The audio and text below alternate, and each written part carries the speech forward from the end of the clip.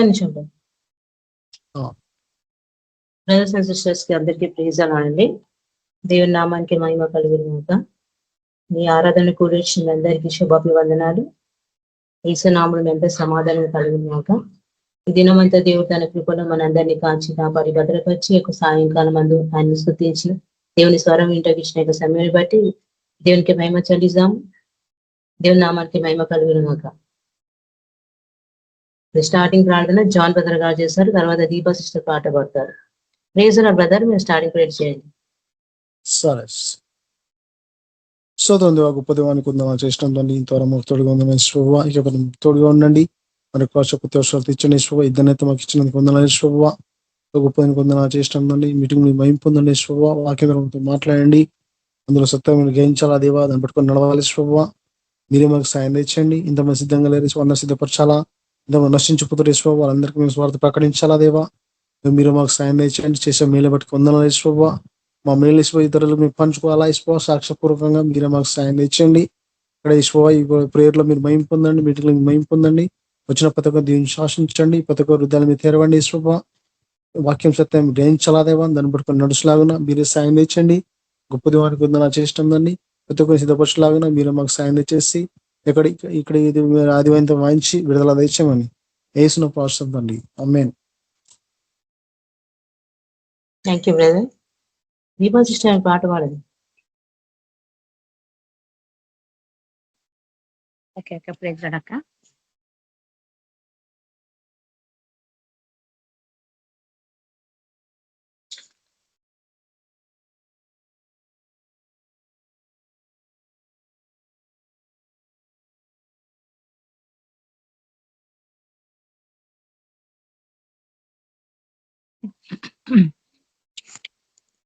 తోడుగా నీవుండి నీడై నడుచుమా, అంతము వరకు నన్ను బదలాపరచుమా, నన్నెన్నడు విడువకుమా దేవా, నన్ను నీ దరి చేర్చుమయ్యా ప్రభువా.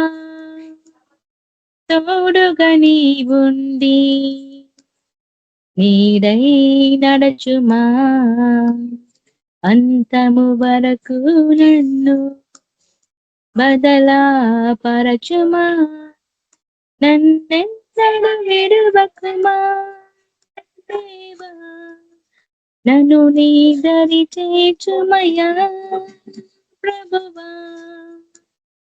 తోడుగా నీవుండి నీడై నడచుమా,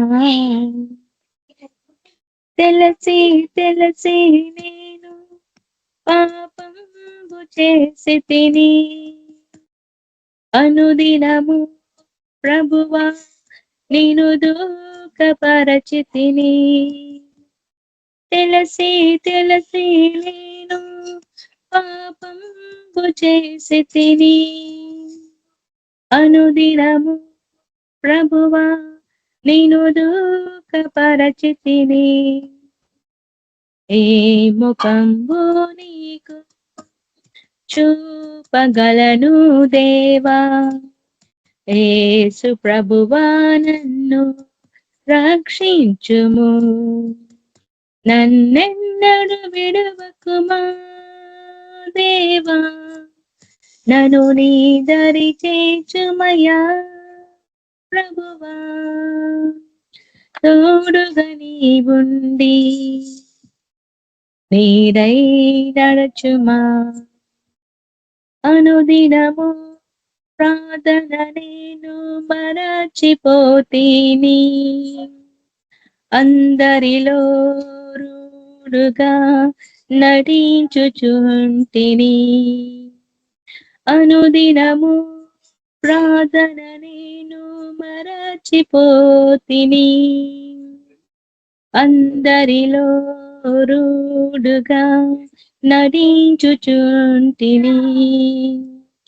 భారము లేకున్నా భారము ఉన్నట్లు వేషధారణ కలిగి జీవించుచుంటిని, నన్నెన్నడు విడువకుమా దేవా, నన్ను నీ దరి చేర్చుమయ్యా ప్రభువా, తోడుగా నీవుండి నీడై నడచుమా, అంతము వరకు నన్ను పదిలా పరచుమా, నన్నెన్నడు విడువకుమా దేవా, నన్ను నీ దరి చేర్చుమయ్యా ప్రభువా, తోడుగా నీవుండి నీడై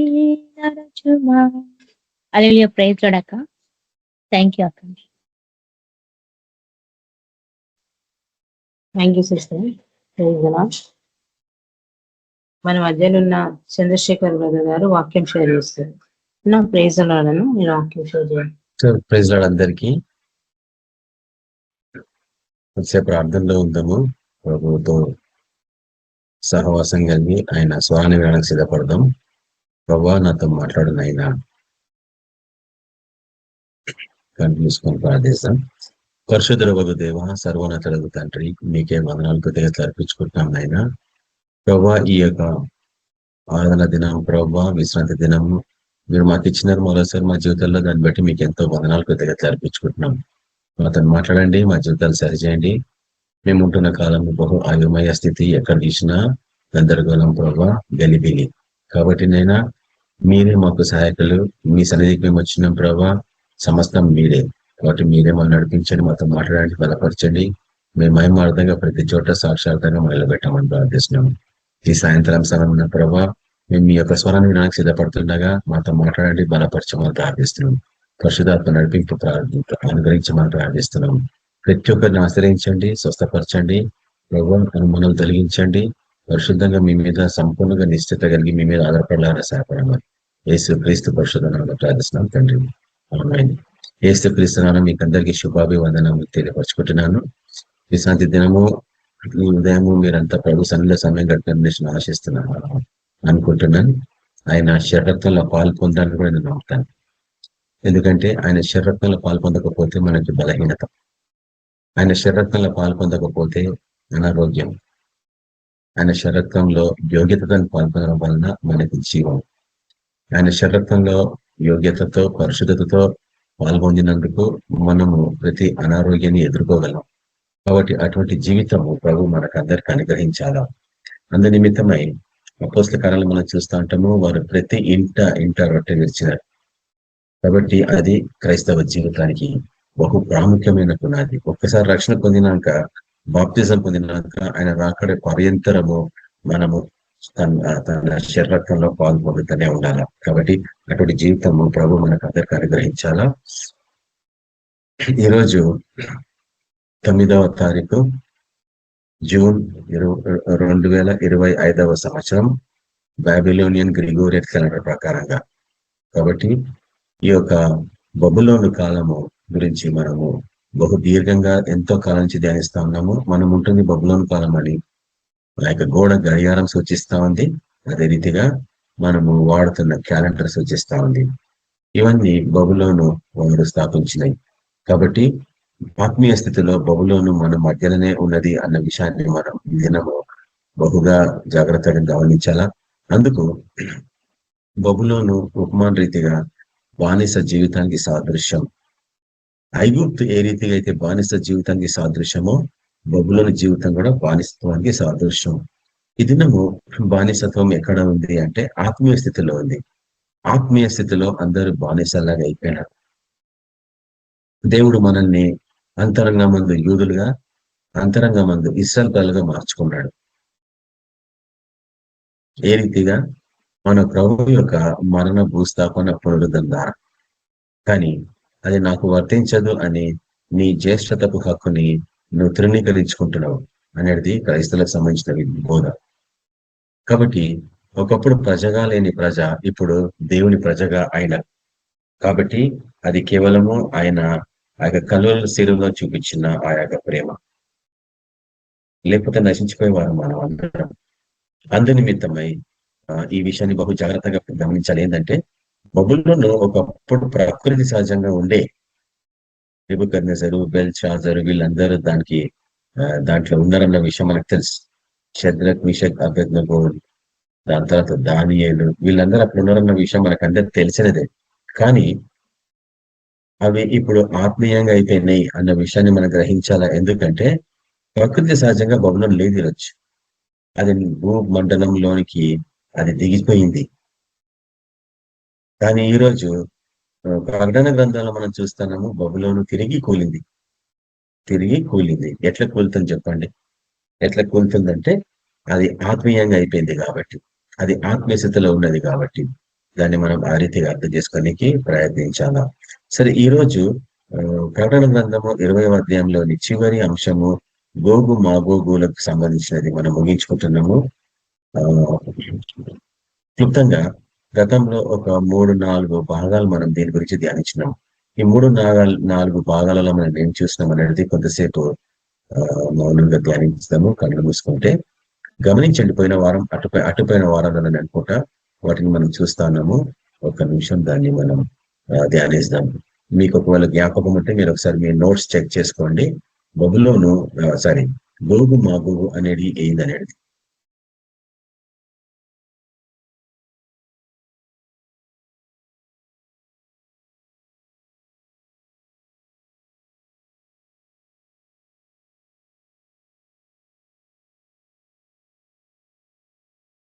అవి మనము బైబిల్ వచనాలతో పోల్చుకొని మనము వాటిని బహు దీర్ఘంగా ధ్యానించడానికి ప్రయత్నించినాము గతంలో.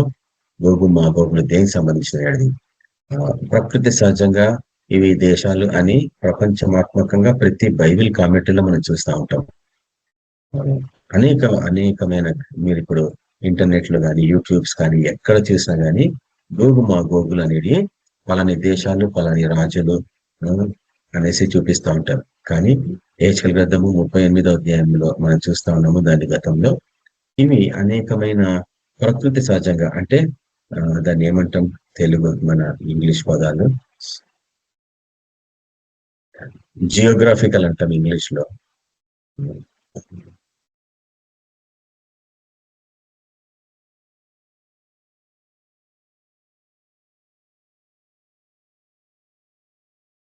అంటే అవి ఏదో ఒక ప్రాంతాలు ప్రపంచంలో ఎక్కడొక దేశాలలో అవన్నీ ఉన్నాయని మనం వాటి గురించి చూస్తూ ఉంటాం.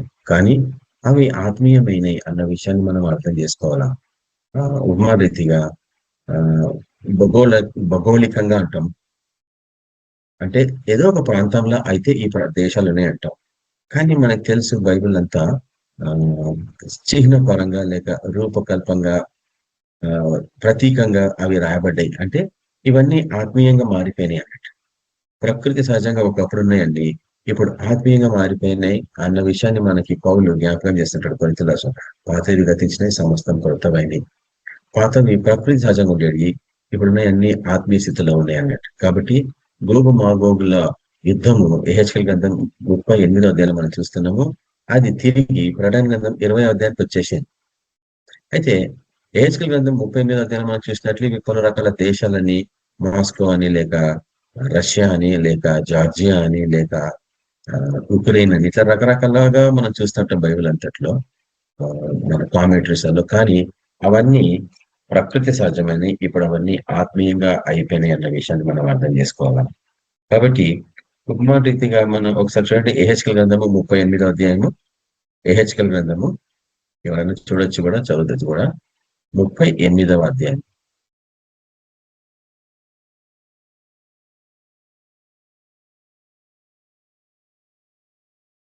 యెహెజ్కేలు గ్రంథము 38వ అధ్యాయము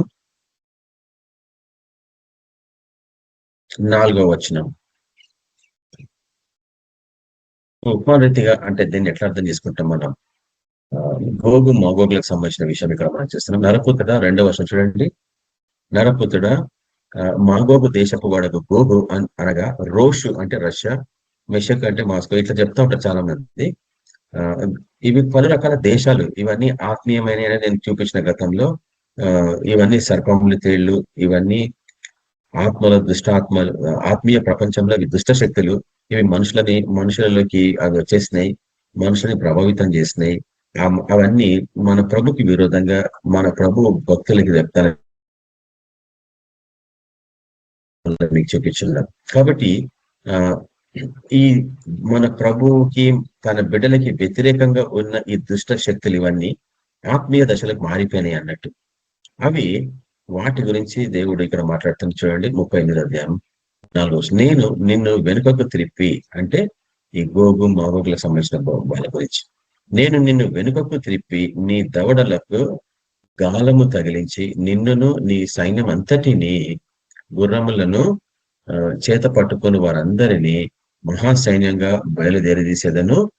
నీతో కూడిన ఎన్ని దేశాలు చూడండి, ప్రపంచాత్మకంగా ఇవన్నీ అంటే ప్రపంచంలో ఉన్న పలు రకాల దేశాలు, వాటన్నిటి మీద ఉన్న దురాత్మ సమూహాలు అన్నట్టు. ప్రతి దేశానికి ఒక ప్రధాని ఉంటది, దురాత్మ. అది ఇవన్నీ కబ్జా చేసుకునే విషయాలు గతంలో ఎన్నిసార్లు మీకు చూపించిన, ద్వితీయోపదేశ కాలాలు చూపించిన దేవుడు అనేకమైన దేవదూతలకి ప్రపంచంలోని దేశాలను అంటే అధికారం ఇచ్చి వాటన్నిటిని ప్రభు చేత నడిపించాం.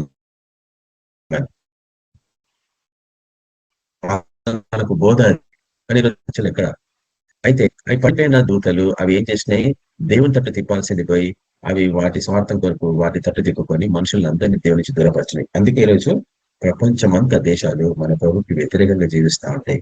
ఒక చిన్న గుంపు ప్రభుని తెలుసుకొని అతన్ని వెంబడిస్తా ఉన్నాయి. అయితే నీకు అనుగ్రహించబడ్డ పిలుపు ఏంటంటే నువ్వు తిరిగి వాటికి వ్యతిరేకంగా యుద్ధం చేసి ఈ దేశాలని ప్రభు కొరకు సంపాదించుకోవాలి. అందుకే సర్వలోకానికి వెళ్ళి సర్వసృష్టికి సువార్త ప్రకటించమని దేవుడు చెప్పాడు. సువార్త ప్రకటించడం అంటేనే యుద్ధము అన్న విషయం అర్థం చేసుకోవాలా. ప్రార్థన జీవితమే యుద్ధం అని తెలుసుకోవాలి. కాబట్టి మనమందరము ఈ గోగు మాగోగు అన్న దుష్ట శక్తుల సమూహాలని వాటికి వ్యతిరేకంగా లేవాల. ఇది నీ యొక్క జీవన విధానం, నీ సేవ పరిచర్య దానికి సంబంధించింది. చాలా మంది ఏమనుకుంటారంటే సేవ పరిచర్య అంటే మనుషులకి సువార్త ప్రకటించాలా, వాళ్ళు రక్షణ నడిపించాలా, వారికి బాప్తిస్మం ఇవ్వాలా అంతే అనుకుంటారు. కానీ కాదు, ప్రతి ఒక్కరిని సువార్థికంగా తయారు చేయాలా, ప్రతి ఒక్కరిని సేవకంగా తయారు చేయాలా, ప్రతి ఒక్కరు దేవుని కొరకు సేవ చేయాలా అన్న విషయమే ఇక్కడ మనకు ఏర్పరచబడుతుంది. ఎందుకంటే రక్షింపబడినాక నువ్వు సైనికుడివి, యుద్ధంలో నువ్వు సైనికుని అంతే. కాబట్టి ఈ ఆత్మీయ పోరాటము గోగు మాగోగులు అనేది ఆత్మీయ పోరాటం. ఇది అది మనకి పౌలు భక్తుడు ఎఫెసీ రాష్ట్ర పత్రిక 6వ అధ్యాయంలో బహు దీర్ఘంగా చూపించండి. మనం ఎన్నిసార్లు వాటిని ధ్యానించినాం, ఈరోజు తిరిగి వాటిని మరోసారి మనం ధ్యానించబోతున్నాం. కాబట్టి వీటన్నిటికి వ్యతిరేకంగా దేవుడు ఏమంటున్నాడు అనేది మనం ఇక్కడ చూస్తాను. 8వ వచనంలో చాలా దినములైన తర్వాత నీవు శిక్ష నందుదువు, సంవత్సరముల అంతంలో నీవు ఖడ్గం నుండి, చూడండి సంవత్సరముల అంతంలో అంటే చివరి కాలం గురించి మాట్లాడుతుంది ఇక్కడ యెహెజ్కేలు ప్రవచనం ఇది. సంవత్సరముల అంతంలో నీవు ఖడ్గం నుండి తప్పించుకొని ఆయా జనముల్లో చెదిరిపోయి ఎడతెగక పాడుగా ఉన్న ఇశ్రాయేలు పర్వతముల మీద నివసించటకై మరలా సమకూర్చబడిన జల యుద్ధకును ఆయా జనములలో నుండి రప్పింపబడి నిర్భయంగా నివసించే జనందరి యుద్ధకు నీవు వచ్చేదవు. గాలి వాన వచ్చినట్లును మేఘము కమ్మినట్లును నీవు దేశం మీదకి వచ్చేదవు. నీవును నీ సైన్యమును నీతో కూడిన బహు జనమును దేశం మీద వ్యాపించరు. ఇవన్నీ ఆత్మీయమైనవి. ఇవి ఏంటంటే మనం గతంలో చూసినాము, ముఖ్యంగా బూరల తీర్పు అంశంల గురించి ధ్యానించినప్పుడు ప్రపంచం అంతటా మతపరమైన జీవితం మీదకి దుష్ట శక్తులు మిడతల దండులాగా వచ్చి వాటిని ఆవరించుకుంటే అన్నాడు. ప్రపంచం అంతటా జరిగేది ఇది. సగం సత్యం సగం అబద్ధంలో ఉన్న క్రైస్తవులందరి మీద దుష్ట శక్తులు సమకూర్చుకుంటాయి, వాళ్ళందరినీ ఆక్రమించుకుంటాయి, భయపెట్టి వాళ్ళని చంపడము, చిత్రవధ చేయడము, ఇవన్నిటిని మనము అక్కడ బూరల తీర్పులో చూసినాం ఎన్నో సంవత్సరాల క్రితం. కొత్తది కాదు మనకి బోధ. అయితే వీళ్ళందరినీ దేవుడే పంపిస్తుండు అన్న విషయం మటుకు మర్చిపోవద్దు. ఎందుకంటే బైబిల్ అంతటా ఒక విషయాన్ని మనం అర్థం చేసుకుంటా ఉంటాం. దేవుని ఆజ్ఞ లేకుండా దుష్ట శక్తులు కూడా ఏమీ చెయ్యలేవు. వాటంతటా దేవుని ఆజ్ఞ. ఇది చాలా మందికి అర్థం కాదు. థియాలజీ ప్రొఫెసర్స్ కూడా కొంచెం కష్టమే ఇది. తన బిడ్డలకి వ్యతిరేకంగా దుష్టుని ఎందుకు పంపిస్తాడు దేవుడు అని. దానికి సంబంధించి నేను ఎన్నిసార్లు మీకు చూపించిన, మన ప్రభువు 40 దినములు ఉపవాసం ఉండినాక ఏం జరిగిందన్నాడు. దాని తర్వాత అతను బాప్సం పొందినాక సేవ పరిచయ కొరకు ఇంకా సిద్ధపడుతున్నాడు. ఆయన యోర్దాను నదిలో బాప్సం తీసుకొని ఒడ్డుకు వచ్చినప్పుడు ఏం జరిగింది, పరిశుద్ధాత్మ వలె పౌరం పరిశుద్ధాత్మ పౌరం బలి అని ఉంది అక్కడ వాక్యం. కాబట్టి దిగి వచ్చి తన మీద వాలడము, ఈయన నా ప్రియ కుమారుడని పరలోకం నుండి స్వరం వినిపించడం, ఈయన మాటలు గైకొనడి అని. దాని తర్వాత ఏమైంది? అటు తర్వాత అపవాది చేత శోధించబడుటకు పరిశుద్ధాత్మ చేత అతడు అరణ్యంలోనికి కొనిపోబడను అన్న వాక్యాలు మనం చూస్తా ఉన్నాం. అంటే తన సొంత కుమారుడిని అపవాది చేత శోధించబట్టకు తండ్రి ఎందుకు అప్పగించాడు అనేది మనం అర్థం చేసుకోవాలా. ఎందుకు అంటే నీ విశ్వాసం పరీక్షింపడాల. వాడి దివారాత్రులు మన సహోదరుని మీద నేరాలు మోపుతున్నాను మనం ప్రకటన గ్రంథం 12 ఎన్నిసార్లు ధ్యానించినాం. ఎందుకు నేరాలు మోపుతున్నట్టు చెప్పండి. ఎందుకు నేరాలు మోపుతున్నట్టే నువ్వు నిజంగా తప్పుగా వేషధారకంగా జీవిస్తున్నావేమో, లేకుంటే వాడు ఎంత నేరాలు మోపాలో నీ మీద. వాడు అబద్ధాలు చెప్పలేడు కదా దేవుని సన్నిధిలో. యోగు విషయంలో అదే జరుగుతుంది, అహాబు విషయంలో అదే జరిగింది. ఈరోజు నేను చూపిస్తా 2వ దశ రాష్ట్ర పత్రికలో వాక్యాన్ని మరోసారి. దేవుడు ఎందుకు అబద్ధంను నమ్మునట్లు మోసపుచ్చు ఆత్మను వారికి పంపిస్తుండు, అది తెసలోనిక సంఘానికి రాస్తున్న పౌలు జ్ఞాపకం చేస్తున్నాడు. కాబట్టి ఈ విషయాలని బహు జాగ్రత్తగా పరిశీలించినప్పుడు ఇంతకాలం నేర్చుకున్న బోధ జస్ట్ ఏబిసిడి అన్నట్టే క్రైస్తవ జీవితంలో.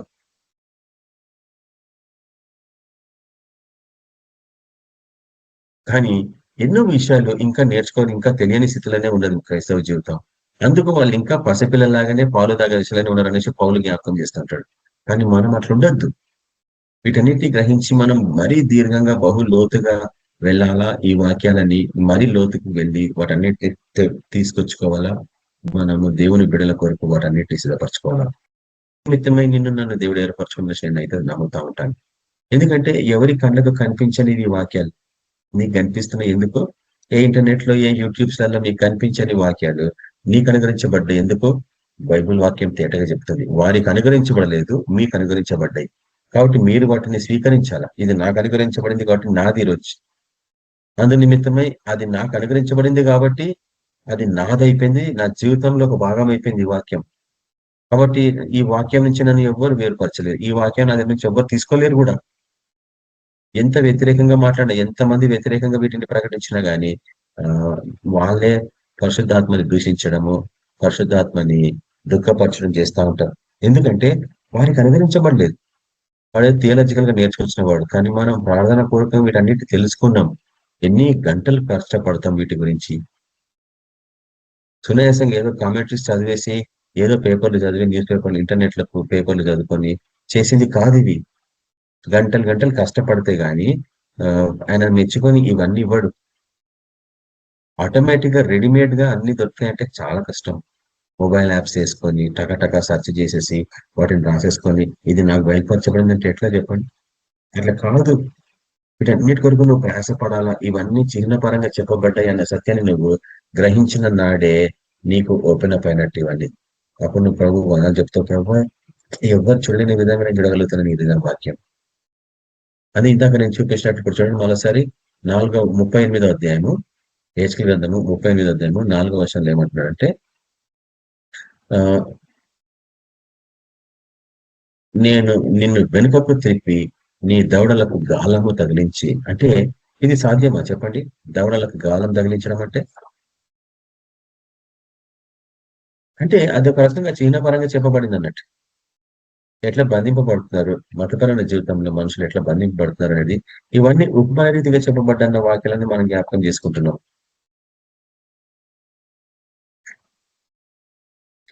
అదేవిధంగా ఈరోజు ఆత్మీయ ప్రపంచంలో క్రైస్తవులు జీవించాలా అనేదే ఈ వాక్యము హెచ్చరిస్తా ఉంది అన్నట్టు. నువ్వు ఆచారబద్ధంగా లోకాతీతంగా జీవించొద్దు. ఒక దిక్కు లోకాన్ని ప్రేమిస్తూ ఇంకో దిక్కు ప్రభుని ఎట్లా ప్రేమించగలవు?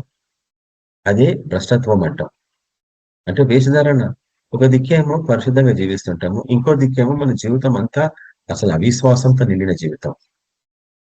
దాన్నే భ్రష్టత్వపు సంఘం అంటాం. ఈరోజు క్రైస్తవ సంఘము భ్రష్టత్వానికి దారి తీస్తుంది. అందుకే ఒక కూటి కొరకు తన జ్యేష్ఠత్వపు హక్కును అమ్మివేసిన ఏషా వంటి భ్రష్టుడు మీలో ఉంటారేమో చూచుకున్నాడు అని పౌలు ఎందుకు హెచ్చరించండి చెప్పండి? పౌలు భక్తునికి అది బయలుపరచబడింది ఎండ్ టైమ్స్ లో, యుగ సమాప్తిలో, సంవత్సరముల ముగింపులో. నిందాక దయనిచ్చిన మనం సంవత్సరపు ముగింపులో మతపరమైన జీవితము ఏషావుగా మారుతుంది. ఎందుకు? ఏషావు పెద్దవాడు కదా. కానీ యాకోబు తన జన్మ హక్కుని ఏమంటాం, తన జ్యేష్ఠతకు హక్కుని సంపాదించుకున్నాడు. మోసంతోనో కానీ మోసంతో చేసిన అది కాని పని. దేవుడి ఇవ్వాల్సిందే నీకు ప్రథమ ఫలము అంటే జ్యేష్ఠోత్తమం. ఎవడైతే యేసుప్రభుని సొంత రక్షకునిగా స్వీకరిస్తాడో వాడే ప్రథమ ఫలం అంటాడు పౌలు కొరింథీ రాష్ట్ర పత్రికలో, మొదటి పత్రికలో. జ్యేష్ఠత్వపు హక్కుని నువ్వు సంపాదించుకోవాలంటే నువ్వు ఇంటికి పెద్దవాడినైనంత మాత్రం నీకు జ్యేష్ఠత్వపు హక్కు లేదు. ఎందుకంటే బైబిల్ ఎంత చూస్తాం మనము. జ్యేష్ఠ ఉదాహరణకు చూడండి, అమరాము కుమారులు ఇద్దరు, అహరోను మరియు మోషే. చెప్పండి, అహరోను ఎన్నుకోవాలి కదా దేవుడు జ్యేష్ఠుడు అయితే. మరి రెండో వాడిని ఎందుకు అనుకున్నాడు? కనిష్ఠుని, మోషేని. అట్లా ఎన్ని ప్రాంతాలలో నేను చూపిస్తా బైబిల్లో. యాకోబు 12 గోత్రికులు, 12 మంది పిల్లలలో రూబేన్ పెద్దడు. రూబేన్ తన జ్యేష్ఠత్వపు హక్కుని పోగొట్టుకున్నాడు. అది ఎఫ్రాయిములకు వచ్చింది బైబిల్లో, జ్యేష్ఠత్వపు హక్కు. ఆశ్చర్యం అనిపిస్తుంది కదా. ఎఫ్రాయిం మనమడు కదా. రూబేను ఆ యొక్క స్థానము మనమడికి ఇచ్చిండు. ఆ ప్రవచనాత్మకమైన వాక్యాలు అవన్నీ మనం అంత డీటెయిల్ గా ఎవరన్నా ధ్యానించడం కాదు కదా. కాబట్టి ఈ యొక్క భ్రష్టత్వంలో పడిపోయిన సంఘము ఏ రీతిగా ఉంటుందంటే వాళ్ళు సత్యాన్ని ప్రేమించే వాళ్ళు కాదు. ఒకసారి చూడండి, ఇర్మియా గ్రంథము 50వ అధ్యాయము 24వ వచనం. ఎవరికన్నా ఉంటే కూడా మీరు స్పీడ్ గా చదివితే టైం చాలా సేవ్ అవుతుంది, లేదంటే నేనే చదవాల్సి వస్తుంది. ఇర్మియా గ్రంథము 50వ అధ్యాయం చూడండి. ఇర్మియా గ్రంథము 50వ అధ్యాయము 24వ వచనం నేను చదువుతానులేండి. ఇర్మియా గ్రంథము 50వ అధ్యాయము 24లో బబులోను. ఇప్పుడు చూడండి, బబులోను అంటే భ్రష్టత్వపు సంఘము అని అర్థం. ఇంకా అంత బాహాటంగా నేను ఎప్పుడు చెప్పలే, ఇది ఫస్ట్ టైం చెప్తున్నా. బబులోను అంటే భ్రష్టత్వంలో పడిపోయిన సంఘము, లేక ఇంగ్లీష్ లో అపాస్టేట్ చర్చ్ అంటాం. అందుకే ఇంగ్లీష్ నేర్చుకోవాలా. ఎందుకంటే నీవు కొన్నిసార్లు తెలుగులో చెప్పలేనివి ఇంగ్లీష్ చెప్పగలం, కొన్నిసార్లు ఇంగ్లీష్ చెప్పలేనివి తెలుగులో చెప్పగలం.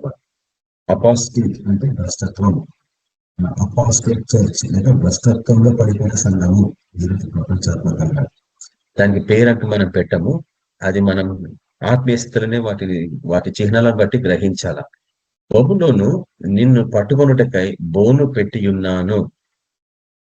ఎవరు చెప్తున్నారు చెప్పండి ఈ వాక్యము? దేవుడు మాట్లాడుతున్నాడు ప్రవక్త ద్వారా. తెలియకయే నీవు పట్టబడి ఉన్నావు. ఎవరు తెలియదు, ఎవడు తిరిగిన సమయంలో జరిపోయింది అదంతా. జనులు తినచ్చు, త్రాగొచ్చు, నారు నాటుచు, అమ్ముచు, కొనుచు, పెళ్లిళ్ళు చేసుకొనొచ్చు, పెళ్లికి ఇచ్చు, ఇండ్లు కట్టుచు. ఎవడు గుర్తెరగని సమయంలో జలప్రలయం వచ్చి వారందరినీ కొనిపోయాను నిత్య నరకానికి. కాబట్టి కొనిపోయబడ్డ వాళ్ళంతా నరకానికి పోతున్నారు. విడుదల పొందిన వారు, ఆయన కనికరం పొందిన వారు అనేసి మత్తయి సువార్త 24వ అధ్యాయంలో మన ప్రభు చెప్పిండు. దాన్ని ఉల్టా చేసుకుంది భ్రష్టత్వపు సంఘం. ఏం చేసింది?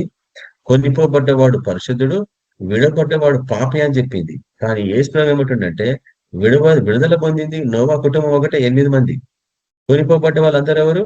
ప్రపంచం అంతటా భ్రష్టత్వంలో ఉన్న వాళ్ళందరూ నీళ్లు కొనిపోయిన వాళ్ళని నరకానికి. కానీ నీళ్లు ఎవరిని విడిచిపెట్టినాయి? 8 మందినే. దాన్ని ఉల్టా చేసుకున్నారు. ఎందుకంటే సైతాన్ని బుద్ధి ఉల్టా చేసుకోవడం. ఈరోజు సంఘం ప్రపంచాత్మకంగా భ్రష్టత్వంలో పడిపోయిన సంఘాలు.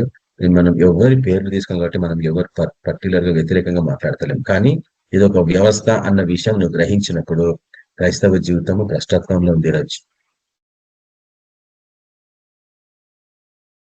అంటే అక్కడ ఏముంటుందంటే తెలియకనే నువ్వు పట్టబడి ఉన్నావు. నువ్వు తెలియకనే అబద్ధాన్ని ఆశ్రయించినావు, అబద్ధంతో నిబంధన చేసుకున్నావు అంటుండే భ్రష్టత్వపు సంఘం. ఇప్పుడు చూడండి, యెహోవాతో నీవు యుద్ధము చేయకూనుకుంటివి. మతపరమైన జీవితము దేవునితోనే వ్యతిరేకంగా వైరం పెట్టుకుంది. ఈ శ్లోకంతో స్నేహము, దేవునితో వైరం. ఈ వాక్యం దానికి సంబంధించింది. కాబట్టి నీవు చిక్కుపడి పట్టబడి ఉన్నావు.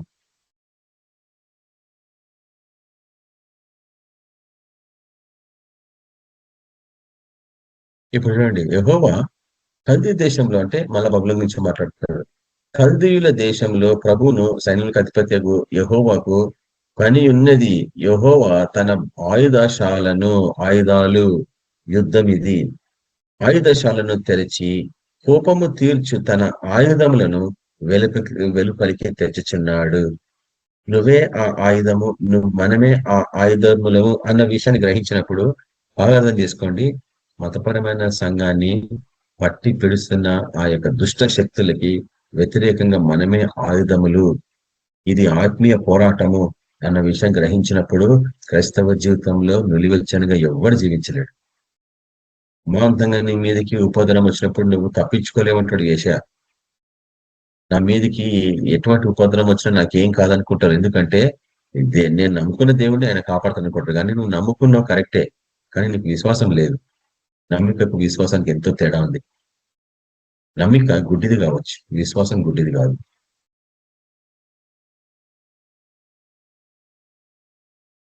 ఇరవై 26వ వచనంలో ఉంటుంది, నలుదిక్కుల నుండి వచ్చి దాని మీద పడుడి, దాని ధాన్యపు కొట్లను విప్పుడి, కసువు కుప్పలు వేసినట్లు దాన్ని కుప్పలు వేయుడి, శేషమేమీ లేకుండా నాశనము చేయుడి. ఇది దేవుని ఆజ్ఞ. బబులోను అంటే మతపరమైన జీవితం ఏమైతుంది అని ఇక్కడ చెప్పబడుతుంది. అదే రీతిగా ఇప్పుడు చూడండి, లూకా సువార్తలో మన ప్రభు మాట్లాడుతున్నాడు. 21వ అధ్యాయము 20 చూడండి, లూకా సువార్త 21వ అధ్యాయము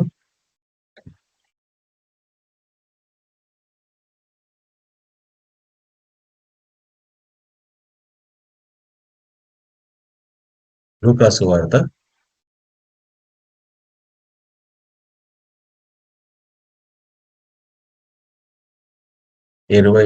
అధ్యాయము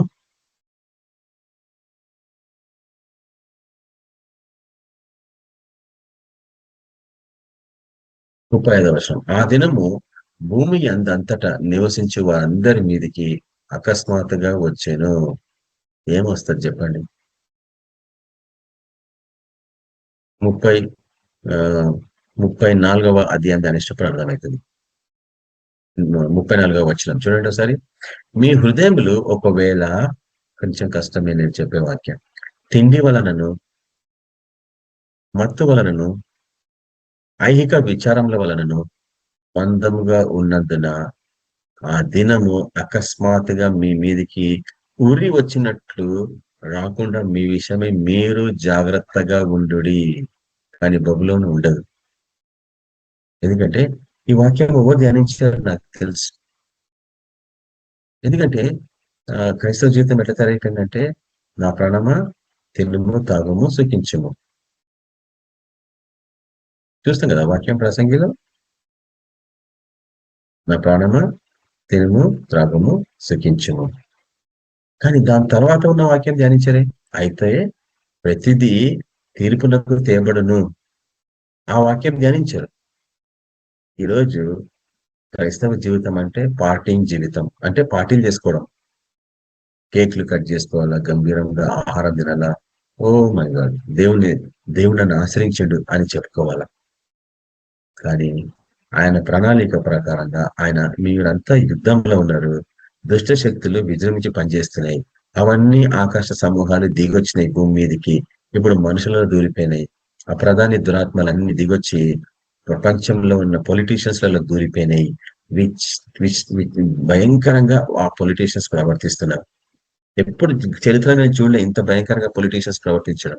ప్రైమ్ మినిస్టర్లు, ప్రెసిడెంట్లు ప్రపంచాత్మకంగా ఇంత వ్యతిరేకంగా తీర్మానాలు తీసుకోవడము, మనుషులకి వ్యతిరేకంగా జీవించడం మనం ఎప్పుడు చూడం చరిత్రలో.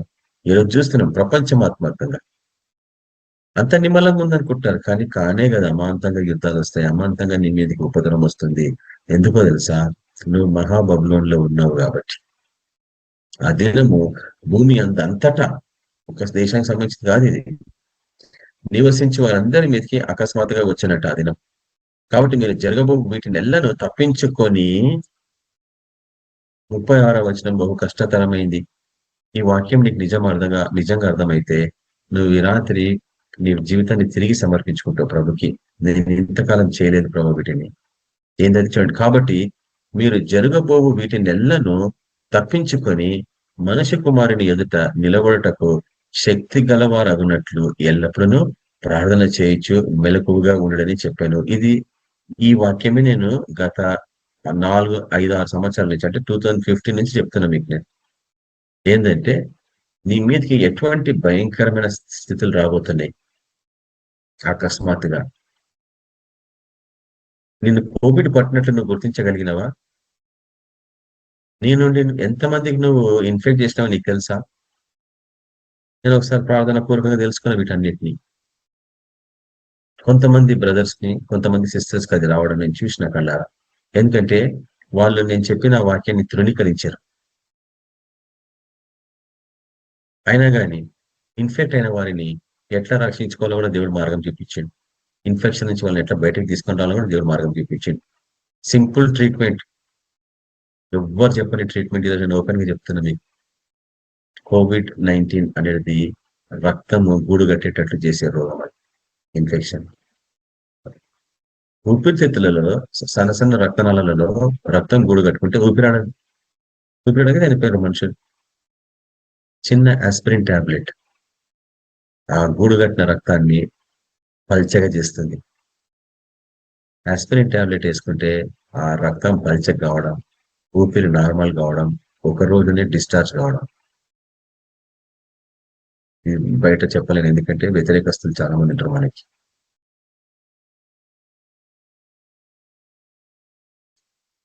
వ్యాక్సిన్స్ తీసుకోవద్దంటే తీసుకొని బాధపడ్డ వాళ్ళు చాలా మంది ఉన్నారు. ఎట్లా తెలుస్తాయి బ్రదర్ ఇవన్నీ? తన బిడ్డలకి, తన దాసులైన ప్రవక్తలకు ప్రభు తాను సంకల్పించిన వాటిని బయలుపరచకుండా ఏదియూ చేయడని ఆమోస గ్రంథాలు ఎన్నిసార్లు నీకు చూపించండి. నీకు చూపించకుండా ఈ లోకంలో ఏమేమో జరుగుతున్నాయంటే నువ్వు ఏ రోజు కూడా ఆయనకి బానిసలాగా లేవు, క్రీస్తుకు ఖైదీలాగా లేవు. నువ్వు ఏ రోజు కూడా నువ్వు క్రీస్తుకు బానిసలాగా జీవించలేకపోయినావు. నీకు అధిక చూపించాలి. తన దాసులైన ప్రవక్తలకి ఆయన తప్పకుండా చెప్తాడు. అబ్రాహ్మణకు చెప్పకుండా నేను ఏమైనా చేయదునా అనడా లేదా? ఆయన తన బిడ్డలకి తప్పకుండా చెప్పాలా. నీకు ఏది కూడా చెప్పకుండా జరిగిపోతున్నాయి అంటే, నీ కుటుంబంలో వచ్చే ఉపద్రవాన్ని నువ్వు చూడలేకపోయినావంటే నువ్వు ఒక కావలి వాడిలాగా లేకపోయినావు నీ జీవితాంతం. నీ కుటుంబానికి నువ్వు ఒక కావలి వాడివి, నువ్వు కావలి దానివి. నువ్వు మర్చిపోయి నిద్రపోయినావు ఇన్ని సంవత్సరాలు. అందుకే ఉపద్రవం అమాంతంగా నీ మీదకి వచ్చి నేను పట్టుకున్నప్పుడు నువ్వు గ్రహించలేకపోయినావు. కానీ పశ్చాత్తపడాలంటే ప్రభు నన్ను కనుకరించి, ప్రభు నన్ను క్షమించినైనా నేను బిర్రవేగని నేను గర్వించాను ప్రభు, నాకు ఇంకొక అవకాశం ఈ ప్రభు, ఈసారి నేను మంచి కావలి వాళ్ళగా జీవిస్తా, నేను నిద్రపోను ప్రభు. కోట బురుజుల మీద నిలబడి నేను పసిగడుతుంట దుష్ట శక్తులు ఎప్పుడు వస్తున్నాయి మా దేశం మీదకి, మా ప్రజల మీదకి, నా కుటుంబం మీదకి, నా పిల్లల మీదకి, నా భార్య భర్తల మీదకి. నేను పసిగట్టి వాడిని తరుముతాను. ఇక మీదట తిండి వేల మత్తులు అయితే ఎట్లా చెప్పండి? ఐహిక విచారములు, ఉద్యోగాలు లేవు, సరిగా లేవు, జీతాలు లేవు, డబ్బులు లేవు, ఉన్న కాడికే కట్ చేసుకోవాలంటాం కదా. ఇంగ్లీష్ లో ఒక సామెత ఉంది, cut the cloth according to the requirements size అనేది చెప్తారు. నీకు ఎంత అవసరమో అంతే, ఎంత తినాలనో అంతే.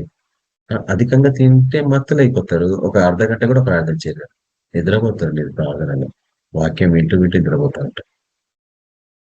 కాబట్టి 36వ వచనం, మీరు జరగబో వీటి నెలను తప్పించుకొని మనుష్య కుమారుని ఎదుట నిలువబడుటకు శక్తి గలవారగున్నట్లు ఎల్లప్పుడూ ప్రార్థన చేసి మెలకువగా ఉండాల. అంటే ఒక దినము ఏసులో ఎదుట నువ్వు ధైర్యంగా ఉండాలంటే నీకు ఒకటే మార్గం అంటున్నాడు. వీటన్నిటి తప్పించుకోవాలా.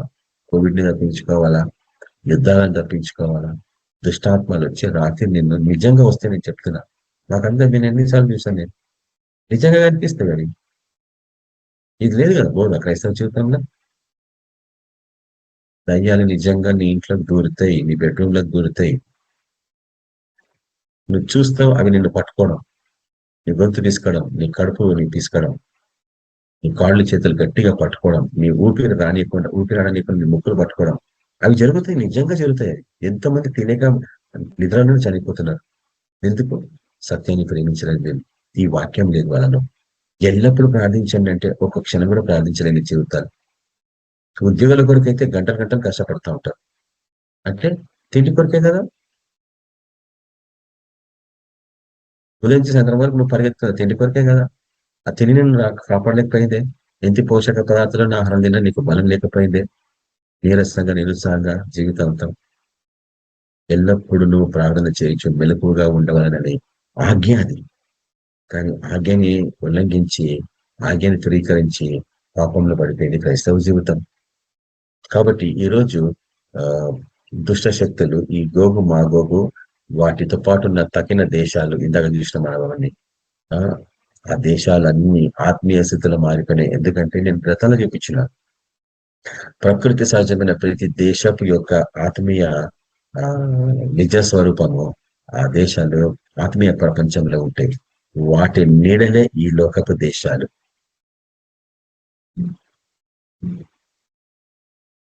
ప్రతి దేశం, భారతదేశము ఆత్మీయమైన ముద్ర ఆ యొక్క ఆత్మీయ ప్రపంచంలో ఉంది. దాని నీడనే ఈ లోకంలో ఉంది. అట్లనే అమెరికా దేశం కానీ ఏ దేశమైనా కానీ వీటి ఆత్మీయ నిజ స్వరూపాలన్నీ ఆ ఆత్మీయ ప్రపంచాలలో ఉన్నాయి. వాటిని పరలోకం అంటారు మీరు కొంతమంది. అవి రకరకాల ప్రపంచాలు అవి. కానీ వాటి నీడలు ఇక్కడ ఉన్నాయి.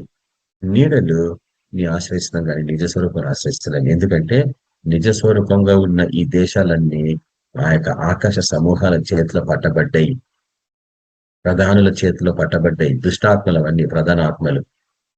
వాటి చేతుల నుంచి విడిపించడం కొరకు దేవుడు నిన్ను నన్ను లేపాడు. అదే ఎఫెసీ రాష్ట్ర పత్రిక 6వ అధ్యాయం అంతా.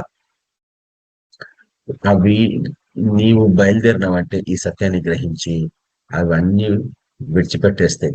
మనుషులలో దూరినాయి, దేశాలలో దూరినాయి, ప్రపంచ స్థలాలలో దూరినాయి, ఆత్మీయ జీవితాలలో దూరిపోయినాయి. వాటన్నిటిని తరవడానికి కొరకు దేవుడు నేను లేవనెత్తిండు. ఇదే చివరి గోగు మా గోగుల యుద్ధము. ప్రపంచమంతటా అబద్ధంగా దాన్ని ప్రకటిస్తున్నారు. గోగు మా గోగులు అనే దేశాలు, కొన్ని దేశాలు, తదితర దేశాలు కలిసి 3వ ప్రపంచాన్ని రెచ్చగొడతాయని. కానీ మనకు తెలుసు ఇదంతా ఆత్మీయ స్థితిలో ఎదుగుతున్నాయి.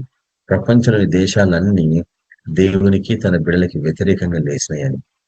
ఇదే అసలైన గోగు మా గోగుల యుద్ధము. అయితే ఎందుకు మతపరమైన జీవితంలో ప్రజలందరూ చిక్కబడుతున్నారు? దేవుడే పర్మిట్ చేసిన ఇందాక నేను చూపించిన వాక్యం ఒకసారి చూడండి. తెస్సలోనికీయులకు రాసిన 2వ పత్రిక, తెస్సలోనికీయులకు రాసిన 2వ పత్రిక. ఇది ఎవరు సహించలేని వాక్యం. ముఖ్యంగా క్రైస్తవులు సహించలేని వాక్యం ఇది. చూడండి 2వ తెస్సలోనికీయులకు రాసిన పత్రిక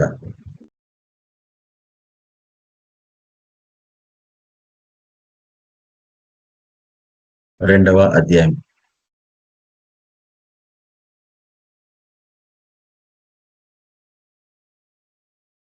భక్తుడైన పౌలు ఈ విషయాన్ని తెస్సలోనిక సంఘానికి రాస్తున్నాడు. ఎందుకంటే మనకు తెలుసు ఆయన స్థాపించడం మొత్తం 14 సంఘాలు.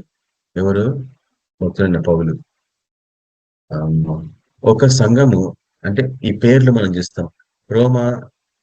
రోమిలకు రాసిన పత్రిక, రోమా రాసిన పత్రిక కాదు, రోమిలకు పౌలు రాసిన పత్రిక. రోమా రాసిన పత్రిక అనేది లేదు ఎక్కడ బైబిల్లో. కాబట్టి రోమా అనే సంఘానికి ఈయన రాసిన పత్రిక. అంటే రోమ్ అనే పట్టణంలో ఈయన స్థాపించిన అనేకమైన సంఘాలు ఉన్నాయి, కొన్ని వందల సంఘాలు. ఆ సంఘాలన్నీ గ్రూప్ కలిస్తే ఒక పేరు పెట్టిన వాటి రోమా సంఘం అని. ఆ రోమిలో రాసిన పత్రికలో కొన్ని హెచ్చరించాడు. అట్లనే తెస్సలోనిక సంఘం, అది తెస్సలోనిక అనేది ఈరోజు ఒక పట్టణము గ్రీసు దేశంలో. ఇప్పటికుంది ఆ పేరు, ఇప్పటికుంది ఆ దేశం, ఆ పట్టణం. ఆ పట్టణంలో పౌలు ఎన్నో సంఘాలు స్థాపించాడు, కొన్ని వందల సంఘాలు, బ్రాంచెస్ అంటాం వాటిని, బ్రాంచ్ చర్చిలు అంటాం వాటిని. వాటన్నిటిని కలిపితే తెస్సలోనిక సంఘం అంటాం. అది తెస్సలోనికలకు రాసిన పత్రిక అంటే ఆ సంఘస్థులకు అందరికీ, ఆ గ్రూప్ సంఘాలకి రాసిన పత్రికలు అన్నట్టు. అట్లనే ప్రతి సంఘం ఆయన అట్లా 7 గ్రూప్స్, అంటే మొత్తం 12 గ్రూప్స్. యోహాను మన ప్రకటన గ్రంథంలో చూసే ఆ 7 సంఘాలు కూడా పౌలు గారు స్థాపించినయే. ఆయన తన జీవితాంతము ఎంతో ప్రయాసపడి ఎన్నో ప్రాంతాలు, పట్టణాలు, దేశాలు తిరిగి అన్ని సంఘాలు స్థాపించి ఒక్కొక్కరిని బిషప్లు చేసి ఆయన మరణించిండు. ప్రకటన గ్రంథంలో ఉండే 7 సంఘాలు పౌలు స్థాపించినాయి, యోహాను భక్తుడు కాదు. పరిశుద్ధులైన యోహాను వాటికి బిషప్ లాగా పౌలు అతన్ని స్థాపించాడు. నాకు ఆశ్చర్యం అనిపిస్తుంటది. 12 మంది శిష్యులు ఎక్కడ, పౌలు ఎక్కడ? 12 మంది శిష్యులు చేయని పని పౌలు చేయగలిగాడు. తప్పన చూడండి ఆయన తప్పన ఎట్లుందో. అదే కాగా 12 మంది శిష్యులని కరెక్ట్ చేసింది కూడా పౌలే కదా, ముఖ్యంగా పేతుర్ని. ఇవన్నీ మీకు తెలియకపోవచ్చు. అపోస్ల బోధన చదివితే, అపోస్ల కార్యం చదివితే మీకు ఇవన్నీ అర్థమవుతాయి. చివరిగా పౌలు ఇంకా చనిపోబోతున్నాడు, ఆయన శిరఛేదనం చేయబడబోతున్నాడు. ఆయన డిసైడ్ అయిపోయాడు, వాళ్ళని ప్లేస్కి పోతే నన్ను ఖచ్చితంగా చంపుతారు అనేసి ప్రవచనం ఉంటుంది. అయినా గాని చస్తే నేను ప్రభు కొరకే చేస్తాను కదా, నేను చేయాల్సిన పని ముగించినా కదా, ఇంకా నాకు స్పెషల్గా ఏం లేదు అని చావడానికి ముందుకెళ్ళిపోయాడు, తెలిసి కూడా ప్రవచనం. ఆ చనిపోక ముందు బొకైన యోహాన్ని పిలిపించి ఆ 7 సంఘాలు, ప్రకటన గ్రంథంలో ఉన్న 7 సంఘాలు, ఫిలదెల్ఫియా అదొక సిటీ, లవోదికీయ అనేది ఒక సిటీ, చాలా మంది తెలియదు. ఆ సిటీలో ఉండే చర్చిలు అవన్నీ. పెర్గమా అనేది ఒక సిటీ. మొత్తం సిటీస్లలో ఆయన స్థాపించిన సంఘాలు అవన్నీ. ఎంత ప్రయాసపడేటో ఊహించుకోండి. అటువంటి ఒక్కడు బుట్టలేదు ఇంతవరకు పౌలు వంటి వాడు. అందుకే నేను చెప్తుంటాను, పాత నిబంధన పుస్తకాలలో నా ఫేవరెట్ హీరో ఎవరంటే హానోకు అని చెప్తా. ఎందుకంటే అటువంటి అతను జీవించినంతగా ఎవరు జీవించలే. 3 సంవత్సరములు దేవునితో నడిచిన వాడు ఎవరు చెప్పండి? ఎవరు లేరు అంటుంది బైబిల్, ఒక్కడు తప్ప. అదే కొత్త నిబంధనకు వస్తే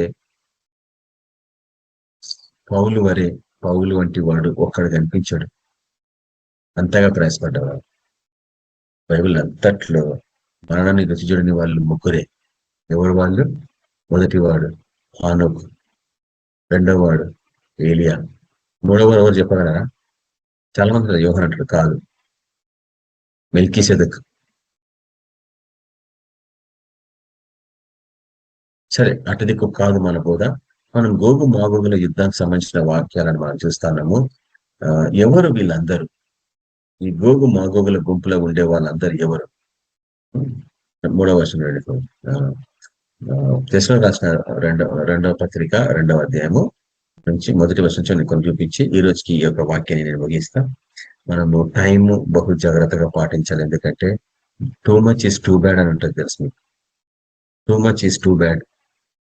ఆజ్ఞను ఉల్లంఘించద్దు. మనము ఒక నియమాన్ని పాటించాలా, ఒక క్రమాన్ని పాటించాలా. దేవునికి ఇష్టం అది. డిసిప్లిన్ అంటే దేవునికి చాలా ఇష్టం. టైం అంటే టైం. 45 మినిట్స్ అంటే 45 మినిట్సే చెప్పాలి వాక్యం. దాన్ని దాటిందంటే అందరూ నిద్రపోతుంటారు, లాగౌట్ చేయడం కూడా మర్చిపోతారు. అది గ్రహించలేదు. ఆత్మలో వీటన్నిటిని నువ్వు చూడడం నేర్చుకోవాలి. అందుకు నీకు ప్రార్థన జీవితం ఎడతెగక మెల్లకువగా ఉండే ప్రార్థన చేస్తాం. వీటన్నిటిని తప్పించుకొని దేవుని యేసు ప్రభు ఎదుట శక్తివంతులే నిలవడంట. నీకు శక్తి లేకపోతే నిలవడలేమంట ఆయన ఎదుట.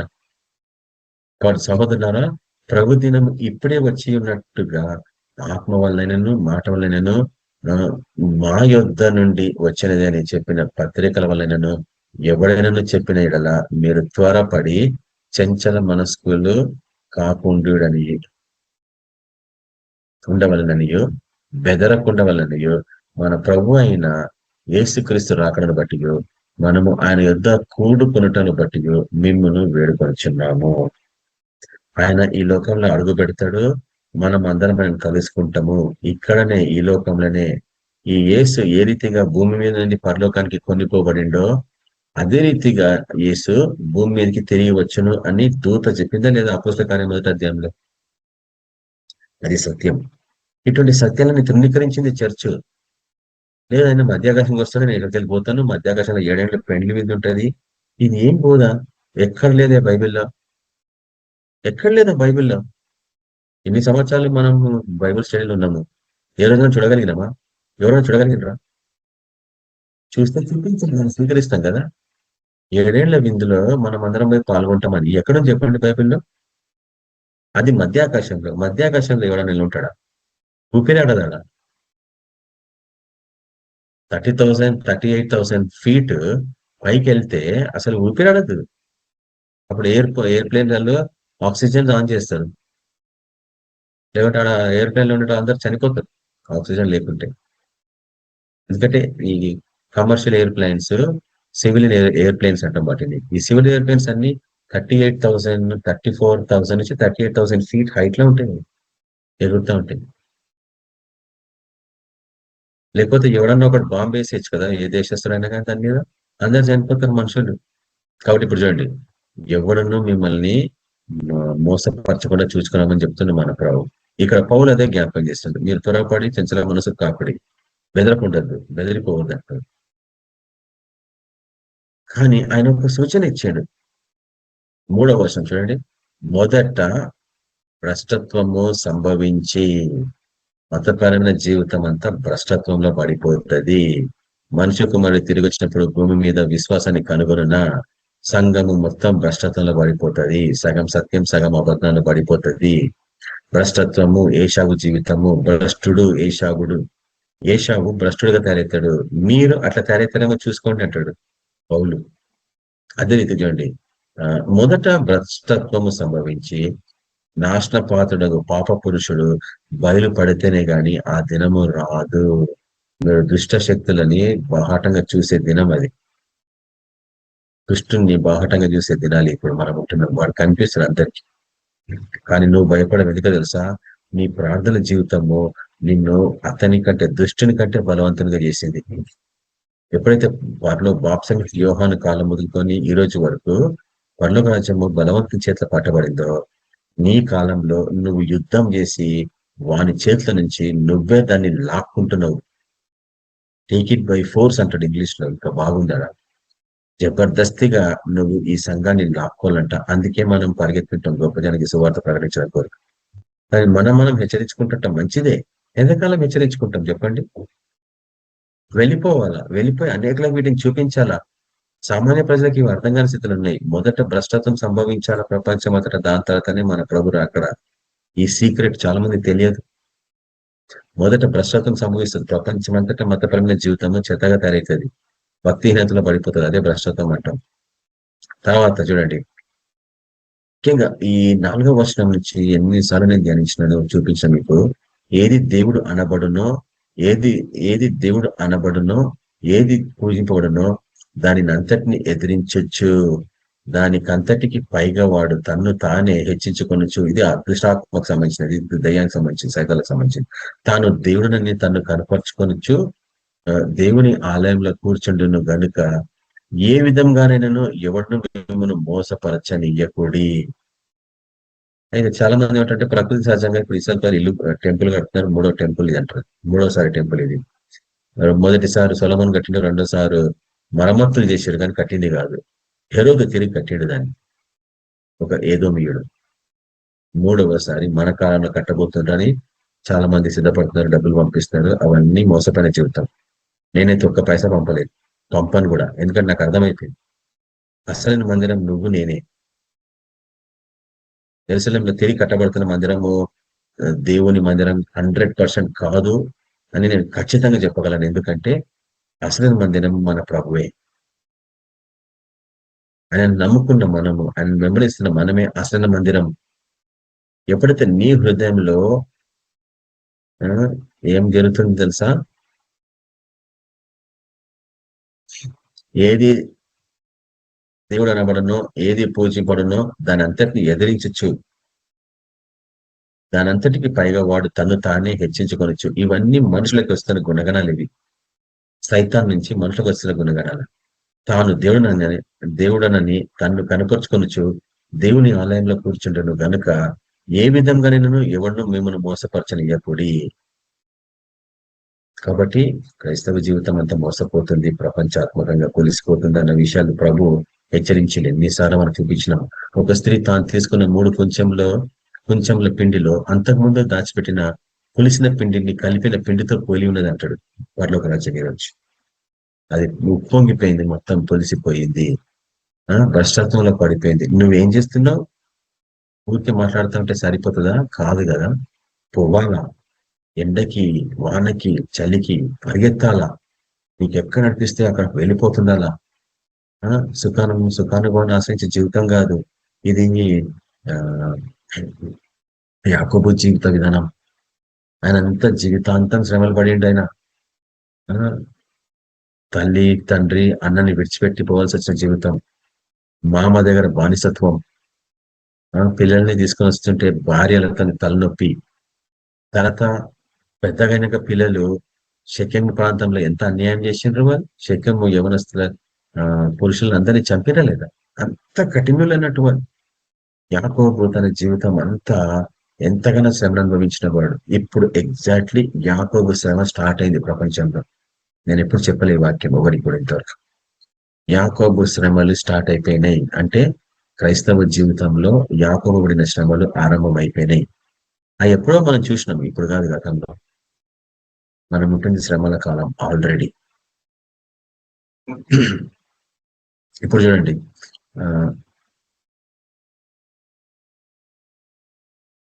6వ వచనంలో ఒక రహస్యం ఉంది. మీరు ఎవరన్నా దాని గురించి వాక్యం చెప్పగలరా? ప్రయత్నించండి. ఒక వారం ఏదో ఒక రోజు తీసుకొని మీరు ట్రై చేయండి.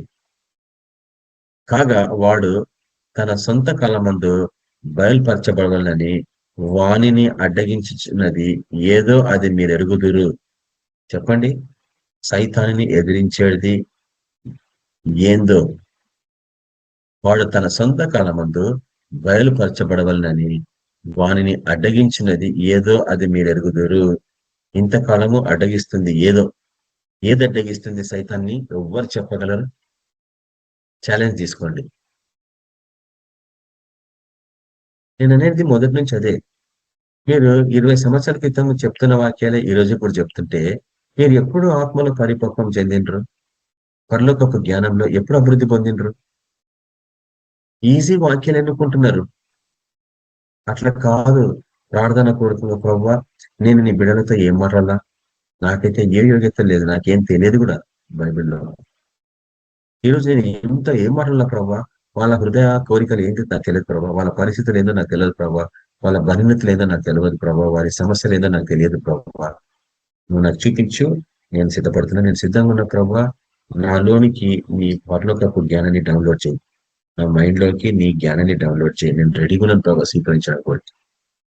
అన్న ప్రార్థనలు ఇక్కడ పోయింది. లేకపోతే మీరు ఎప్పుడు చెప్పలేరు. చెప్పండి, మీ జీవితంలో ఎప్పుడన్నా ఇది చెప్పగలరా? ఒక సవాళ్ళగా తీసుకోండి. సైతానుని ఇన్ని సంవత్సరాలు అడ్డగిస్తున్నది ఏందో మీరు తెలుసుకోగలరా? ప్రార్థన ప్రతిదీ నేనే చెప్పాలని కాదు కదా. మీరు కూడా వెతుక్కోవాలి, మీరు కూడా ప్రయత్నించాలా. 7వ వచనం చూడండి, ధర్మవిరోధ సంబంధమైన మర్మం ఇప్పటికే క్రియ చేయించినది. గోగు మాగోగులు ఇతర దేశాలు కలిసి, అంటే ఆత్మీయ ప్రపంచాలు, ఇవన్నీ ఆత్మీయ దుష్టశక్తులు అన్ని దేవుని బిడ్డలకు విరుద్ధంగా ఇంతకు ముందు నుంచే పనిచేస్తున్నాయి. ఇప్పుడు కొత్తగా కాదని చెప్తుంది ఈ వాక్యం. పౌలు తెలుసుకుంటది. ధర్మ విరోధం సంబంధమైన మర్మము ఇప్పటికే క్రియ చేయించున్నది. ఇది వరకు అడ్డగించబడు వాడు మధ్యనుని తీసివేయబడు వరకే అడ్డగించును. ఇంతకాలము దుష్ట శక్తులని అడ్డగించినది ఎవరు? ఆ అడ్డగించేది తీసివేయబడినప్పుడు ఏం జరుగుతుంది? అప్పుడు ధర్మ విరోధి బయలుపరచబడును బాహాటంగా. ప్రభు అయిన యేసు తన నోటి ఊపిరి చేత వాణిని సంహరించి తన ఆగమనమున ప్రకాశం చేత నాశనము చేయును. ఆశ్చర్యం కదా. నాశనం చేయదు. ఇప్పుడు అసలైన వాక్యం, దీంతో వాక్యాన్ని ముగించేస్తా. ఇది నీకు అర్థం కావాలా? ఎందుకంటే ఈ గోగు మాగోగులు మోసపోయిన దేశాలు, ఈ గోగు మాగోగులు మోసపరమైన దుష్టత్వంలో పడిపోయిన, భక్తిహీనతలో పడిపోయిన, మతపరమైన జీవంలో ఉన్న మనుషులు. వీళ్ళందరూ సర్పములు, తేళ్లు, ఇవన్నీ గొప్ప జన సమూహం మీదకి వారిని అందరినీ గాలాలు వేసుకొని పోతున్నారు. వాళ్ళందరినీ బంధించుకొని పోతున్నారు. అవన్నీ చిక్కబడ్డాయి. ఒక వలలో చేపలు చిక్కబడినట్లు, బోయవాణి వలలో పక్షులు ఉరి అయినట్లు, పట్టబడినట్లు వీళ్ళందరూ పట్టబడుతున్నారని ఈ వాక్యం హెచ్చరిస్తుంది. 9వ వచనం చూడండి, నశించుచున్న వారు తాము రక్షింపబడటకై సత్య విషయమైన ప్రేమను అవలంబింపకపోయిరి. చెప్పండి, సత్య విషయమైన ప్రేమను అవలంబింపకపోయినట్టు ఏం చెప్పండి? ఏం చెప్తారని? ప్రేమ ఒకటే సత్యమైంది. దాన్ని చూపించిన ప్రేమ ఒకటే నిజమైన ప్రేమ. దాన్ని కళ్ళు చూపించిన ప్రేమ నిజమైన ప్రేమ. ఆ ప్రేమని స్వీకరించిన వాడే రక్షింపబడును. దాన్ని తృణీకరించిన వాడు, దాన్ని అవలంబింపకపోతే ఏమవుతుంది? వారి రాక అబద్ధ విషయమైన సమస్త బలంతోనూ వారి జీవితాలు ఎట్లుంటాయంట? అబద్ధంతో నిండి ఉంటాయంట, సమస్తమైన బలంతో నిండి ఉంటాయంట. అంటే అబద్ధానికి బలం ఉందంట. నానా విధమైన సూచక్రియలతోనూ వాళ్ళు అట్లా ఉండొచ్చు. మోసపోయే వాళ్ళు అట్లుంటారు. మోసపోవాలి ఏమంటుంటారు, నేను ప్రార్థించే దయాలు పడుతున్నాయి కదా, నేను ప్రార్థించే కళ జరుగుతున్నాయి కదా, కానీ నువ్వు స్వీకరించింది అబద్ధం ఉంటుంది కదా. ఆయన ఇచ్చిన తలాంతులు తీసుకోడు వాపస్, బహుమానం ఇచ్చినాక ఎవరు తీసుకోడు. కానీ నువ్వు దాన్ని ఆయన మహిమ కొరకు వాడుకుంటున్నావా, నీ స్వార్థం కొరకు వాడుకుంటున్నావా? మహత్కార్యములతోనూ దుర్నీతి పుట్టించే సమస్త మోసంతోనూ నశించుచున్న వారిలో సాతాను కనపరచు బలమును అనుసరించి ఉండును. ఎవరైతే సత్యాన్ని ప్రేమించలేదో, సత్యాన్ని అవలంబించుకోలేదో వాడి జీవితంలో ఎట్లుంటాయంట? సైతాన్ని కనపరచు బలం ఉంటుందంట. అందుకు సత్య అన్వేషి నువ్వు, నేను సత్యాన్ని అన్వేషించే వాళ్ళు మన జీవితాంతం. ఒకప్పుడు విన్నాం ఇవన్నీ, కానీ ఇవి ఎంత మటుకు నిజమని ఎవరైతే ప్రశ్నించడం? ఇదే ప్రపంచంలో జరుగుతున్న మోసం.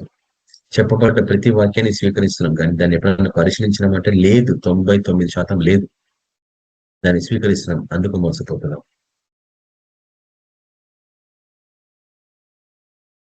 అందుకని ఏం జరుగుతుంది చూడండి, ఇటువంటి అబద్ధాన్ని నమ్మిన వారి జీవితాలు ఎట్లుంటాయి? 11వ వచనం, ఇందుచేత సత్యంను నమ్మక దుర్నీతి యందు అభిలాష గలవారు అందరును. సత్యమును నమ్మక దుర్నీతి, రక్షణ పోగొట్టుకున్న జీవితాన్ని దుర్నీతి జీవితం అంట. రక్షణ పొందిన వాడు పరిశుద్ధంగా జీవిస్తాడు, దుర్నీతిని అనుసరించిన వాడు అపవిత్రంగా జీవిస్తాడు. రక్షణ పొందిన వాడు యేసు ప్రభు వాక్యాలని సంపూర్ణంగా పాటిస్తాడు. దుర్నీతిని ఆశ్రయించిన వాడు యేసు ప్రభు వాక్యాలను తృణీకరిస్తాడు. వాళ్ళకి అభిలాష అంట, దుర్నీతి గల వారి ఆశ. వారందరినీ శిక్షా విధి పొందుటకై అబద్ధంను నమ్మునట్లు మోసం చేయు శక్తిని దేవుడు వారికి పంపుచున్నాడు.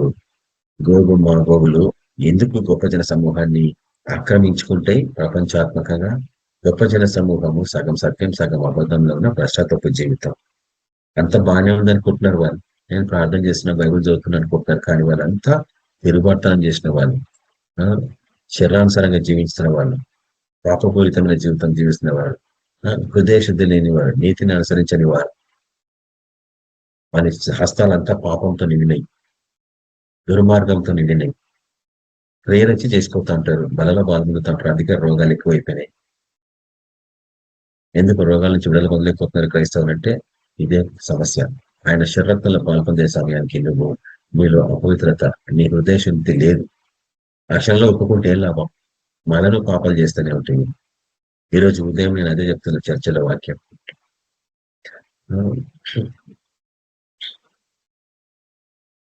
మతపరమైన జీవితం క్రైస్తవులు లంచగొంటుంది కాదా?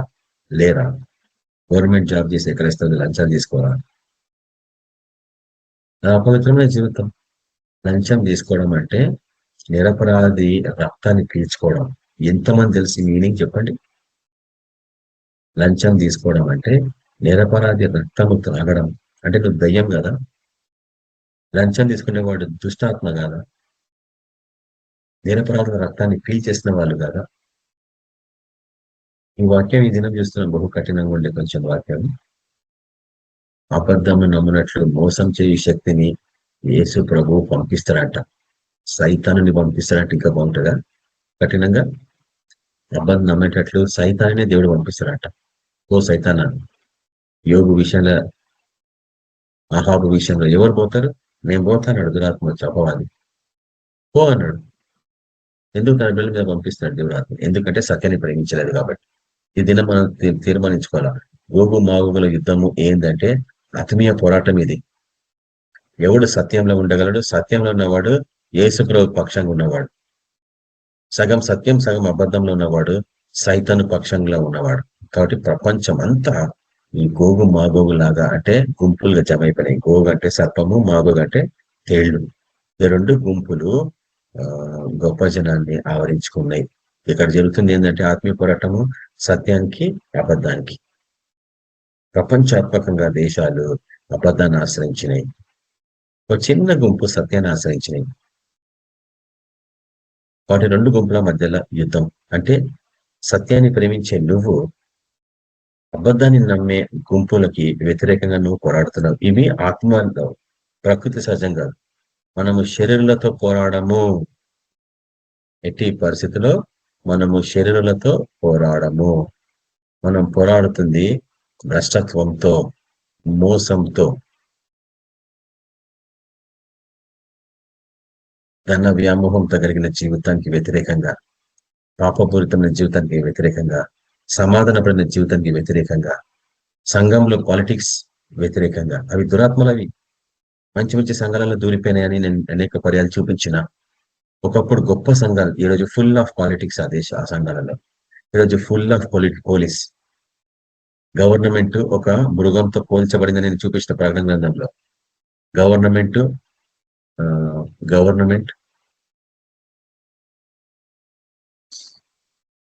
బిజినెస్, మతం, ఈ 3 మృగాలు ప్రపంచంలో ప్రజలని బలవంతంగా అవి పరిపాలిస్తున్నాయి. అందుకే నేను అనేక పర్యాలు చెప్తా ఉంటాను, గవర్నమెంట్ క్లియరెన్సెస్ నీకేం అవసరం లేదు. ఒక మృగం నీకు శాసనం ఇవ్వడం ఏంది?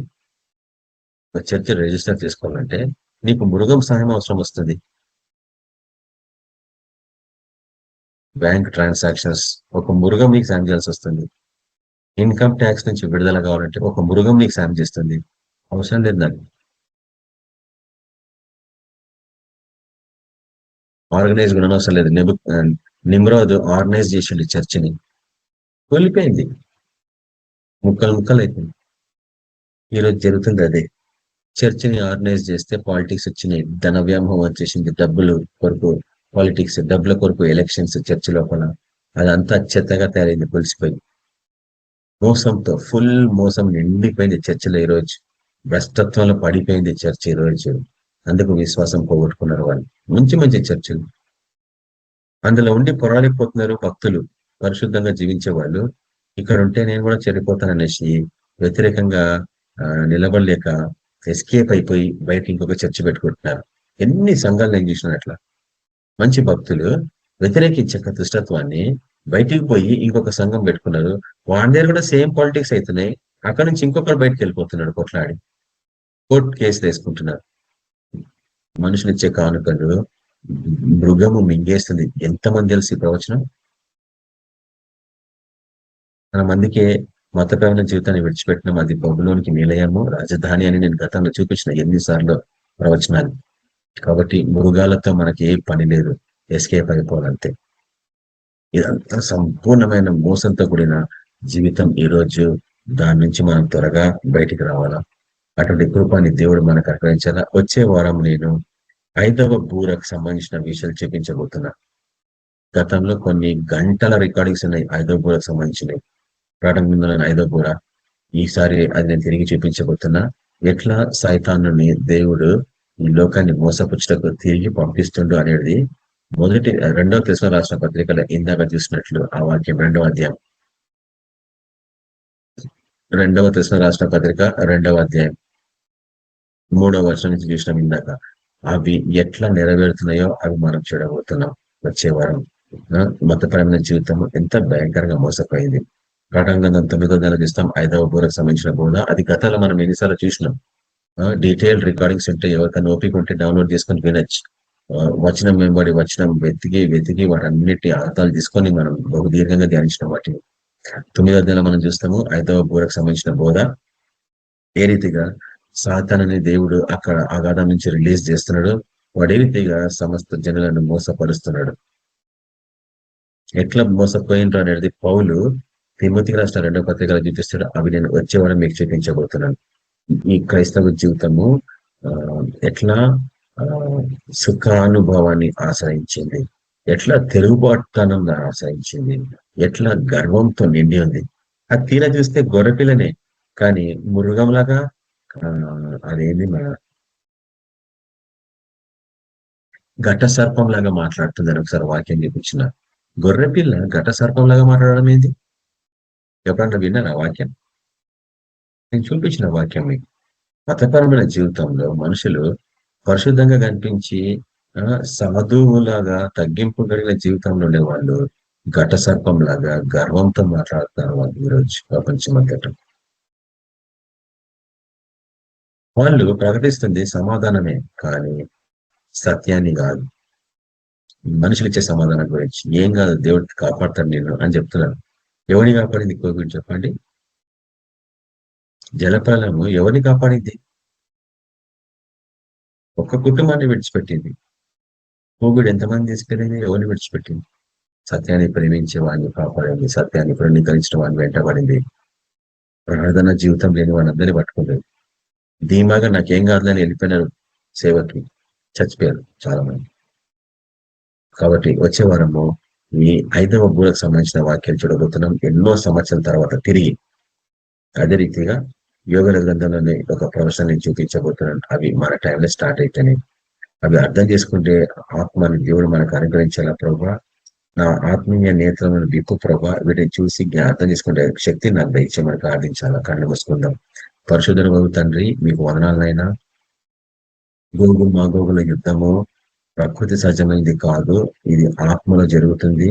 దుష్టాత్మలకి వ్యతిరేకంగా దేవుని బిడ్డలు యుద్ధం పోరాడడం, సర్వంగా కవచం ధరించుకొని యుద్ధం చేయాలా. ఈరోజు లేదు ప్రభా సర్వంగా కవచం. చర్చ్ పోగొట్టుకుంది ప్రభా, మత కల్పనాలతో, మనుషుల జ్ఞానంతో, తర్క బోధనతో, దయ్యముల బోధనలతో, భూతముల బోధనలతో అని పౌలు భక్తులు హెచ్చరిస్తున్నాడు దళితుల రాష్ట్ర పత్రికలో. నికోలైతుల బోధనలతో, యెజబేలు బోధనతో నిండిపోయింది ప్రభా క్రైస్తవ జీవితం, మోసపోయిన జీవితం. వారందరూ చిక్కబడినరు తేళ్ల చేతిలో. వారిని ఎట్లా బయటికి లాక్క రావాలా అనేది మాకు అనుగ్రహించబడ్డ పిలుపు. వీటిని గ్రహించిన మేము ప్రభా బహు జాగ్రత్తగా సువార్త పనిచేయాలా. సుఖానుభవాన్ని ఆశ్రయించకుండా ఎండకి, వానకి, చలికి పరిగెత్తాల, చీకటి సమాధానం పరిగెత్తాల. అనేకలకు వీటిని చూపించాలి, భయపడకుండా, సిగ్గుపడకుండా. ప్రాణానికి తెగించి అటువంటి సేవా జీవితంలో మమ్మల్ని నడిపించమని, వింటున్న వారందరి జీవితంలో ఉజ్జీవింపజేయమని యేసుక్రీస్తునామమున ప్రార్థిస్తున్నాం తండ్రి, ఆమేన్. మన ప్రభువైన యేసుక్రీస్తు యొక్క కృప, సమాధానం, నడిపింపు మనందరికీ సదాకాలం తోడైనను గాక. ఆమేన్. అందరికీ praise the Lord. Good night. ఆమేన్. Praise Lord sister. Praise Lord అన్న. Praise Lord. Praise Lord. Praise the Lord. అందరికీ praise Lord. Praise Lord everybody. Praise the lord.